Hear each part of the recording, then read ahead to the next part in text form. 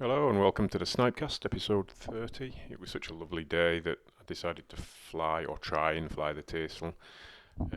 He was a bit fat after his meal of snipe the day before, but we thought we'd give it a go anyway. We got a point fairly quickly out of the car and the wild tassel was waiting for us as he usually is. So I put my tassel down and just went into flush for him. He wasn't that high today, certainly not on this first flight, just lurking at a couple of 100 feet, but looking very menacing. We went into flush the snipe, which unfortunately when we went into flush was a jack snipe.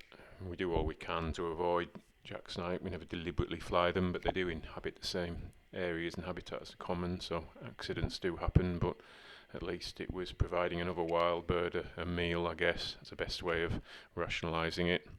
Not what we aim to do, but that is nature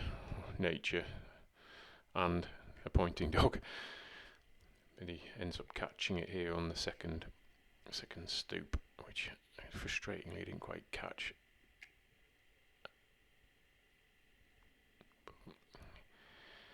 Notice how these wild peregrines always evolve and they're just coming up underneath the quarry in that blind spot. It's absolutely deadly. There's just the one place that it's very difficult to see them coming.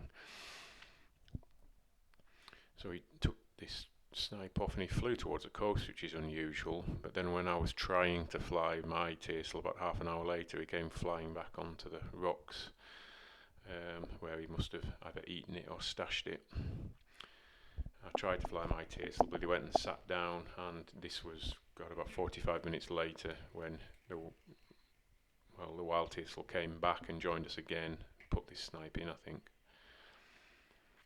It was a joint flight, but my tassel was waiting on high, but just wouldn't come over, was waiting off, doing all the typical things a fat bird can do. It was quite frustrating really, but not entirely unexpected. After he was basically pig fat, and the dog reflushed that snipe or bumped it, and then both tassels had a good chase off down into the distance after it, and I think they put it in some reeds. Very difficult to see what was going on. It's only usually when I review the footage I know what's actually happened. So far away and such distant dots against a brown background. Again they came back and went up again and again. I think my tassel was kind of overhead at this one, so it was a bit more of a double stoop and chase. Again, I didn't catch it very well. My filming's gone off a bit lately. I keep zooming in too much, and it's just very difficult to keep these little brown dots when they're jinking from side to side. I think that snipe outflew them. I think it seemed to sky up a wee bit and got away in the sky. Don't know. We'll never know.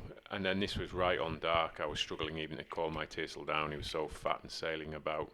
So we got one more flight, which I thought was a double chase, but it turned out that my tassel did the ultimate dirty trick and basically just robbed the wild tassel, who actually catches it on this first stoop. And again, I didn't know at the time, but he's actually bound to it there. Lovely piece of footing again. I thought the chase went off into the distance when I saw my tassel coming in, but he just went and committed highway robbery and took it off the tassel. He's probably already had half a crop or half a meal from the first snipe and kind of let it go or gave it up, but this is the catch. Just pulled a tight turn to the right and I just missed it slightly, but again, deadly predator. And so yeah, the speed on the GPS had gone to 0, so you could deduce what had happened, and found a little thief eating a snipe on a rock, so a fat hawk got even fatter. But it was a nice walk out, a bit of interesting ornithology, if you could call it that, and a good feed for the tassel, or both tassels I guess.